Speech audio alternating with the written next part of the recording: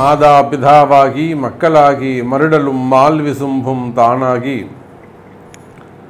மாதா பிதாவாகி மக்களாகி மருடலும் mall விசும்பும் தானாகி கோதாவிரியாய குமரியாகி கொல்பொலி தோளாடை குடகனாகி போதாய மலர்கொண்டு போற்று நின்று புனைவார் பிறப்பருக்கும் புனிதனாகி யாதானும் உன்னை நினைந்தார்க்கு எளியதாகி அழல்வண்ண வண்ணர்த்தாம் நின்றவாறே ஆதித்யாய சோமாய மங்களாய புதாய குரு சுக்ர சனீபியஸ்ச ராகவே கேதவே நமோ நமஹ. உலகம் முழுவதும் வாழக்கூடிய அன்பு பக்தர்களே, முக்கியமான கிரக அமைப்புகள் இந்த ஜூன் மாதம் 2ஆம் தேதி முதல் ஜூலை மாதம் 12ஆம் தேதி வரை ஏறக்குறைய 45 நாட்கள் செவ்வாய் பகவான் ஆட்சி பலம் பெறுகிறார். இதில் குறிப்பிட்டு சொல்ல வேண்டிய விஷயம் என்ன அப்படின்னு கேட்டிங்கனாக்கா, குருவும் சுக்கிரனும் அஸ்தங்கமாகிய நிலையில் இருக்கிறார்கள். பொதுவாக கிரக அமைப்புகளிலே ஆதித்யாதி நவகிரகங்களில் அஸ்தங்கமான கிரகங்கள், அஸ்தங்கம்னா சூரியனை அந்த கிரகங்கள் நெருங்கி அல்லது சூரியன் அந்த கிரகத்தை நெருங்கி கிராஸ் பண்ணி திரும்பவும் குறிப்பிட்ட டிஸ்டன்ஸ் வெளியில் போகிற வரையிலும், ஏன்னா சூரியன் ஒரு மாதத்துக்கு ஒரு வீட்டில் இருப்பார். அப்போ கண்டிப்பாக அந்த வீட்டில் ஏதேனும் கிரகங்கள் இருக்குமே, ஆனால் அந்த கிரகத்தை வேகமாக கிராஸ் பண்ணக்கூடிய கிரகம் சூரியனாக தான் இருப்பார். அப்படி பார்க்கின்ற பொழுது இந்த மாதம் சூரிய பகவான் ரிஷபத்திலே இருக்கிறார். ரிஷபத்தில் சுக்கிரனும் குருவும் இருக்கிறார்கள். 2 பேரும் தேவகுரு அசுரகுரு. 2 குருமார்களும் சூரியனிடத்திலே அஸ்தங்கம் அடைகிறார்கள். அஸ்தங்கம்னா செயல் இழப்பு, ஜீரோவாக இருப்பாங்கன்னு அர்த்தம். அவங்களால எந்த விதமான செயல்பாடுகளையும் செய்ய முடியாது. அப்போ அந்த அடுத்து வரக்கூடிய நான் சொல்லக்கூடிய அந்த காலகட்டங்களில் 2 குருமார்களும் அஸ்தங்கமாகிய நிலையில் அந்த வேலையை யார் எடுத்து செய்வார்கள் என்று சொன்னால், துணிச்சல் மிக்க, வீரம் மிக்க, கூர்மையான புத்தி மிக்க செவ்வாய் பகவான் தான் அந்த வேலைகளை எடுத்து செய்வார்.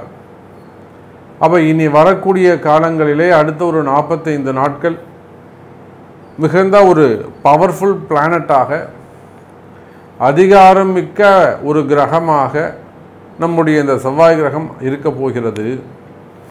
பொதுவாக செவ்வாய்க்கு 2 யோகங்கள் சொல்லுவாங்க. ஒன்று குரு மங்கள யோகம். செவ்வாயும் குருவும் இணைந்திருந்தால் அது செவ்வாய் சாரம் வாங்கியிருக்கலாம், இல்லை செவ்வாயோடு சேர்ந்துருக்கலாம், இல்லை குரு சாரம் வாங்கியிருக்கலாம் செவ்வாய் பகவான், இல்லை 159 தொடர்பில் இருக்கலாம். அப்படி இருந்தால் குரு மங்கள யோகம்னு சொல்லுவாங்க. அதுக்கு அடுத்தபடியாக ருசக யோகம் அப்படின்னு ஒன்று சொல்லுவாங்க. அந்த ருசக யோகம் செவ்வாய்க்கு மட்டுமே உரியது. செவ்வாய் உபய லக்னங்களை தவிர்த்து சரலக்னம், ஸ்திரலக்னம். சரம்ன்றது எதுங்க? மேஷம், சிம்மம், அதே போல் மகரம் மற்றும் ரிஷபம், கடகம், துலாம், மகரம். அப்போ இந்த 8 லக்னத்திற்கும் ருசக யோகம் உண்டு. செவ்வாய் அங்கே இருப்பாரேயானால், வலுப்பெற்று இருப்பாரேயானால், பலம் பெற்று இருப்பாரேயானால் கிரகமே தேவையில்லை. அப்போ இந்த செவ்வாய் அடுத்த 45 நாட்களில் எந்தெந்த காரகத்துவத்தில் யார் யாருக்கெல்லாம் நன்மை தரப்போகிறார் அப்படிங்கிறத நம்ம பார்க்கணும். பொதுவாக பல நேரங்களில் நம்மளுடைய ராசி அன்பர்கள் என்ன செய்கிறாங்கனாக்கா, மிகுந்த முன்கோபம், ரொம்ப அமைதியாக இருந்துக்கிட்டே இருப்பாங்க, ரொம்ப டேலண்ட்டாக இருந்துகிட்டே இருப்பாங்க, ரொம்ப சாஃப்டாக ஹேண்டில் பண்ணுவாங்க. திடீர்னு கோபப்பட்டு ஏதாவது ஒரு வார்த்தையை விட்டுட்டு அவங்க சொன்ன அந்த வார்த்தை பல பேரை சுட்டுடும். அப்போ அந்த மனசில் பல எதிரிகளை அவர்கள் சம்பாதித்து விடுவார்கள். நல்ல நண்பர்களை எல்லாம் இழந்து விடுவார்கள், அல்லது நல்ல வாய்ப்புகளை எல்லாம் மிஸ் பண்ணிவிடுவாங்க, நல்ல சான்ஸ்லாம் மிஸ் பண்ணிவிடுவாங்க. அப்போ மெயினாக அந்த முன்கோபம், அந்த முன்கோபத்துக்கு யார் காரகத்துவம்னா இந்த செவ்வாய் தான். அதே போல் உங்கள் கோபத்தினால் ஏதேனும் இழந்திருக்கிறீர்களா, உங்கள் கோபத்தால் ஏதேனும் நீங்கள் மிஸ் பண்ணியிருக்கீங்களா, அதெல்லாம் கொஞ்சம் சரியாகக்கூடிய நேரம். அதே போல் துணிச்சல், அதுக்கும் இந்த செவ்வாய் பகவான் தான் காரணமாக அமைகிறார். துணிச்சலை பொறுத்தவரையிலும் செவ்வாய் எதை நீங்கள் துணிஞ்சு செய்ய, நான் துணை இருக்கேன் உனக்கு, அந்த குருவும் சுக்கிரனும் இருந்தால் உங்களுக்கு என்ன சப்போர்ட் பண்ணுவாங்களோ அது இந்த செவ்வாய் பகவான் உங்களுக்கு தரப்போகிறார். இப்படி இந்த மாதிரி நிறைய சப்ஜெக்ட் நாம் உள்ளே பார்க்க போகிறோம். ஒவ்வொரு ராசிகளுக்கும் குறிப்பாக உங்கள் ராசிக்கு என்ன நடக்க போகுது அப்படிங்கிறத சொல்ல போகிறோம். உங்களுக்கு எது ப்ளஸ் பாயிண்ட்டாக இருக்க போது, எது மைனஸ் பாயிண்ட்டாக இருக்க போது ரொம்ப ஆர்வத்தோடு இருக்கிறீர்கள் என்பது தெரிகிறது. வாருங்கள் நாம் ஃபுல் டீட்டெயிலாக பார்க்கலாம்.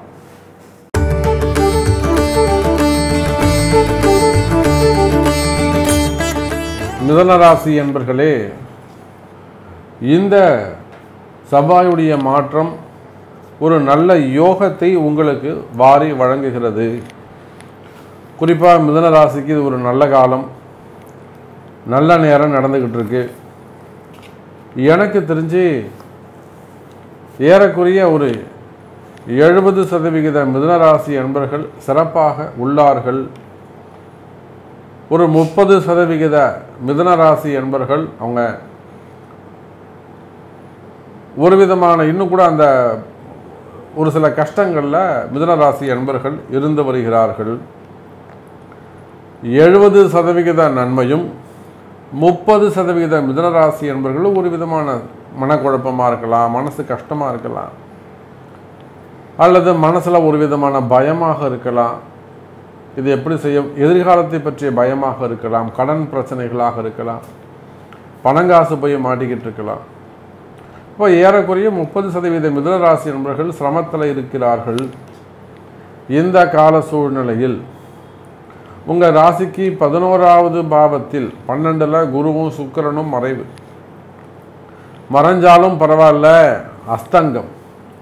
பொதுவாக வக்ர காலங்களில் உபய லக்னங்களுக்கு உபய ராசிகளுக்கு நல்ல சுப பலன்கள் ஏற்பட்டுவிடும். அந்த எந்த கிரகமாக வேண்டுமானாலும் இருக்கலாம், அது எங்கே வேணாலும் வக்ரமாகலாம். வக்ரம் அஸ்தங்கம் நடக்குமே ஆனால் உபய லக்னங்களுக்கு உபய ராசிகளுக்கு நல்ல மகத்துவம் உண்டு. இது ஒரு ஜோதிட ஆராய்ச்சி. அதன் அடிப்படையில் பார்க்கின்ற பொழுது மிதுன ராசி என்பர்களே, அந்த யாரெல்லாம் அந்த 30% கஷ்டப்பட்டு இருக்கீங்களோ உங்களுக்கெல்லாம் ஒரு நல்லது நடக்க போகுது. உங்கள் ஃபேமிலி ஒரு சிக்கலில் இருக்கலாம், உங்கள் குடும்ப பிரச்சனையாக இருக்கலாம், பிள்ளைகளை பற்றிய கவலைகளாக இருக்கலாம், பசங்க எதிர்காலம் பற்றியதாக இருக்கலாம், அல்லது திருமண பந்தங்கள், திருமண பந்தத்தில் ஏமாற்றங்கள், அல்லது காதல் திருமணங்கள். அந்த காதல் திருமணங்கள் இருக்கக்கூடிய நடைமுறை சிக்கல்கள், அவங்க வீட்டில் ஒத்துக்கலை, இவங்க வீட்டில் ஒத்துக்கலை, இவங்க ஏற்றுக்கிட்டாங்க, இவங்க ஒத்துக்க மாட்டேங்கிறாங்க, இல்லை இவங்க 2 பேருக்குள்ளேயே அது ஏமாற்றங்கள் பிரிவுகள் இருக்கிறது, அல்லது வேலை செய்கிற இடத்துல உண்மையான வேலையாட்கள் கிடைக்காமல் இருப்பது, தூய்மையான வேலையாட்கள் கிடைக்காமல் இருப்பது, அதில் துரோகம் பண்ணுறது, இதெல்லாம் பணங்காசு கொடுத்துட்டு ஏமாறுவது, மெயினாக குடும்ப பிரச்சனைகள். இந்த மாதிரியான குடும்ப பிரச்சனைகள் இருக்கக்கூடிய எனக்கு தெரிஞ்ச ஒரு 30% மிதுன ராசி என்பவர்கள் கஷ்டப்படுறாங்க. அவர்களுக்கெல்லாமும் கூட இந்த செவ்வாயுடைய மாற்றம் ஒரு நல்ல முன்னேற்றத்தை தரப்போகிறது. கிட்டத்தட்ட ஒரு 70% மிதுன ராசிக்கு நன்மை நடக்கக்கூடிய காலமாக அமைகிறது. குறிப்பாக மிதுன ராசியில் சுயமாக தொழில் செய்யக்கூடியவர்கள், ஓன் பிஸ்னஸ் பண்ணக்கூடியவங்களாக இருக்கலாம், சிறு சிறு கடைகள் வச்சு நடத்தக்கூடியவங்களாக இருக்கலாம், சிறு தொழில் செய்யக்கூடியவங்களாக இருக்கலாம், ஒரு ஹோட்டல் வச்சு நடத்தக்கூடியவங்க, ஹோட்டல் இண்டஸ்ட்ரியாக இருக்கலாம், பெரிய ஸ்டார் ஹோட்டலாக இருக்கலாம். அதே போல் ரியல் எஸ்டேட் செய்யக்கூடியவர்கள், பில்டர்ஸ் தொழில், கட்டுமான தொழில் செய்யக்கூடியவர்கள், அதே போல் டெக்ஸ்டைல் பிஸ்னஸ் பண்ணக்கூடியவங்க, நூற்பாலைகள், காட்டன் மில்ஸ் வச்சு நடத்தக்கூடியவங்க, அல்லதுன்னா டெக்ஸ்டைலில் நிறைய கேட்டகரி இருக்குது, ஷோரூம் வரையிலும் உற்பத்தியிலிருந்து. அப்போ அந்த மாதிரியான தொழில் செய்யக்கூடியவங்க, விவசாயம் செய்யக்கூடியவர்கள், குறிப்பாக விவசாயிகள், தோட்டம் துறை வச்சு நடத்தக்கூடியவங்க, தோப்புகள் வச்சு நடத்தக்கூடியவங்க. இப்போ கூட நாம் உடுமலைக்கு பக்கத்தில் ஒரு பெரிய தோப்பு, ஒரு 6 ஏக்கரால் அவங்க தோப்பு வச்சுருக்காங்க. அந்த தோப்பில் திடீர்னு நிறைய அந்த தோப்பில் வந்து பல விஷயங்கள் மாறி மாறி நடந்துக்கிட்டே இருக்குது. மெயினாக உற்பத்தி குறைஞ்சி போச்சு, காய்ச்சல் வந்து குறைஞ்சி போச்சு, நிறைய மரம் பட்டு போகிறது அல்லது மரத்தில் தீப்பிடிக்கிறது, இப்படியா நிறைய மர்மமான முறையில் ஒரு சில விஷயங்கள்லாம் நடந்துக்கிட்டு இருந்தது. அதை கூட நம்ம இப்போ ஒரு பெரிய அங்கே ஒரு ஹஸ்திர ஹோமம்னு ஒரு ஹோமத்தை செய்து என்ற நாள் இருந்து அந்த தோப்பை வந்து ஒரு தோஷ நிவர்த்தி செய்து இடதோஷ நிவர்த்தி செய்து கொடுத்துட்டு வந்தோம். அப்போது அதை போல் பூமி தோஷங்கள் இடதோஷங்கள் இருப்பது, இதில் என்ன செவ்வாய் இல்லையா, அவர் தானே பூமிக்கு அதிபதி.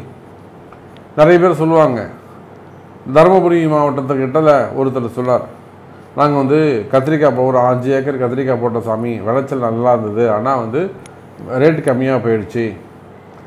தக்காளியும் போட்டோம், தக்காளியும் வந்து விளைச்சல் அதிகமாக இருந்தது, நல்லா இருந்தது, பட் ரேட் கிடைக்கல. பட் பாவக்காய் வந்து போவாதுன்னு நினச்சி கொஞ்சமாக போட்டேன், அது பாருங்கள் விளைச்சல் கம்மி ஆனால் ரேட்டு நல்லா போயிடுச்சு.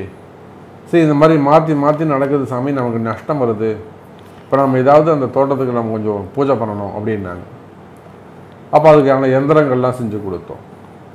அதே போல் விவசாய நிலமாக இருக்குமே ஆனால் விவசாயம் செய்யக்கூடியவர்கள் தோட்டம் தோப்பு காடு இதெல்லாம் வச்சு பிஸ்னஸ் பண்ணக்கூடியவங்க விவசாயிகள், இதிலெல்லாம் பிரச்சனைகள் இருக்குமே ஆனால் கவலை வேண்டாம் எனதருமை மிதுன ராசி அன்பர்களே. அதெல்லாம் உரிய பரிகாரங்கள் உண்டு.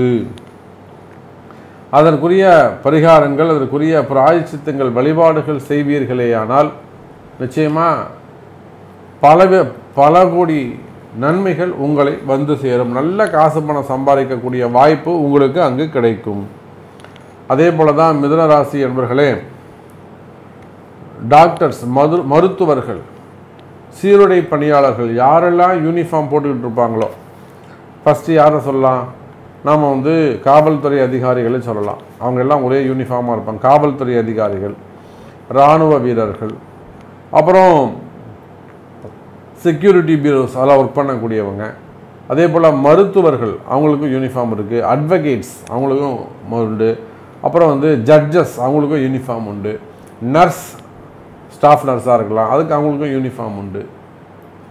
அப்போ யாரெல்லாம் இந்த சீருடை பணியாளர்களாக இருக்கிறார்களோ, யூனிஃபார்ம் போட்டு டியூட்டி செய்யக்கூடியவங்களாக இருக்காங்களோ, அவங்க எல்லாருக்குமே கூட நான் சொல்லக்கூடிய அந்த 45 நாட்களும் அவங்களுக்கு இருக்கக்கூடிய சிக்கல்கள், அவங்களுக்கு இருக்கக்கூடிய கஷ்டங்கள், அவங்களுக்கு இருக்கக்கூடிய மனக்கசப்புகள் அல்லது மனசில் இருக்கக்கூடிய பயம், இதெல்லாம் சரியாவதற்கான வாய்ப்புகள் உண்டு மிதுன ராசி அன்பர்களே. அப்போ டாக்டர்ஸ் மெயினாக ஹாஸ்பிட்டல்ஸ் வச்சு நடத்தக்கூடியவங்க, அங்கே எவ்வளோ சட்ட சிக்கல்கள் இருக்குது உங்களுக்கு தெரியாது. மருத்துவர்கள் டாக்டர்ஸாகவே இருப்பாங்க, பல இடங்களில் அவங்க ஏமாந்துருப்பாங்க,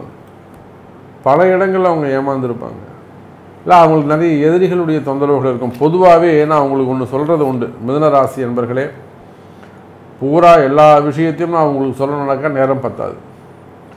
எதிரிகளுடைய தொந்தரவு இருக்குமேயானால் அவை குறையும். அந்த எதிரிகளுடைய தொந்தரவை கட்டுப்படுத்தக்கூடிய நல்ல நேரம் உங்களுக்கு கிடைக்குது. உங்களுடைய எதிரி எவ்வளவு பெரிய பலசாலியாக வலுவான ஆளாக இருந்தாலும் அவங்களெல்லாம் கட்டுப்படுத்தக்கூடிய ஒரு இறையாற்றல், இறை சக்தி இந்த வாராகி கிட்ட இருக்குது. அது ஒரு பெரிய செய்வினை கோளாறாக இருக்கலாம், தோஷமாக இருக்கலாம், இடதோஷமாக இருக்கலாம், குடும்ப சொத்து சம்பந்தப்பட்ட, ஏன்னா பூமி சம்பந்தப்பட்டதில் குடும்ப தகராறாக இருக்கலாம், பிள்ளைகள் பற்றிய கவலைகளாக இருக்கலாம். இப்படி எந்த விதமான கஷ்டங்களாக இருந்தாலும் மிதுன ராசி அன்பர்களே, இந்த குறிப்பிட்ட காலகட்டத்தில் சரியான பரிகாரங்கள் பிராயச்சித்தங்கள் செய்வீர்களேயானால் நிச்சயமாக நன்மை நடைபெறும். அதே போல் அரசியலில் ஈடுபட்டிருக்கக்கூடியவர்கள், ஏன்னா அவங்களுக்கும் யூனிஃபார்ம் உண்டு, ஒயிட் அண்ட் ஒயிட். அரசியல் தலைவர்கள், அரசியலில் ஈடுபட்டிருக்கக்கூடியவர்கள், மீடியா துறையில் இருக்கக்கூடியவங்க, அதே போல் சின்ன திரையில் நடிக்கக்கூடிய சின்ன திரை, பெரிய திரை, சினிமா துறையில் வச்சு இருக்கக்கூடியவங்க, செய்தியாளர்கள், நியூஸ் சேனல்ஸ் வச்சு நடத்தக்கூடியவங்க, இந்த மாதிரியான தொழில் செய்யக்கூடியவர்கள் குறிப்பாக அரசியல் தலைவர்களாக இருப்பார்களேயானால் பல வகையான பதவி உயர்வுகள் உங்களுக்கு கிடைக்கும். தொழில் சிறப்பானதாக இருக்கும். தொழிலில் நல்ல முன்னேற்றங்கள் இருக்கும். குறிப்பாக உங்களுடைய பார்ட்டியில், உங்களுடைய கழகத்தில் உங்களுக்கு ஒரு நல்ல முன்னேற்றம் காத்திருக்கிறது. புதிய பதவிகள் உங்களை வந்து சேரும். இடதுமை மிதுன ராசி அன்பர்களே. இன்னும் நிறைய விஷயங்கள் நம்ம சொல்லிக்கிட்டே போகலாம். இருந்தாலுமே கூட மிதுன ராசி என்பர்களே, உங்களுடைய பிறப்பு ஜாதகம்தான் உங்களுடைய தலையெழுத்தை எடுத்து சொல்லும். உங்கள் தலையெழுத்தை தீர்மானிக்கக்கூடியது உங்களுடைய பிறப்பு ஜாதகம். ஸோ இந்த 45 நாட்களில் உங்களுக்கு ஏதேனும் நன்மை நடக்கணும், எனக்கு இது கொஞ்சம் முடிச்சு கொடுங்க சாமி, இது ஒரு பெரிய பிரச்சனையாக இருக்குது அப்படின்னாக்கா, உலகம் முழுவதும் நீங்கள் உலக நாடுகளில் எங்கே இருந்தாலும் சரிதான், நிச்சயமாக உங்களுக்கு நன்மையே நடக்கட்டும் என்பதை தெரிவித்துக் கொண்டு மீண்டும் வேறொரு அற்புதமான பதிவில் உங்களை சந்திக்கிறேன். அதுவரை உங்களிடமிருந்து விடைபெறுவது உங்கள் தாம்பரம் ஸ்ரீ வாராகி ஈசனேசன். நமச்சிவாயம். ஜெய் வாராகி. ஜெய் ஜெய் வாராகி.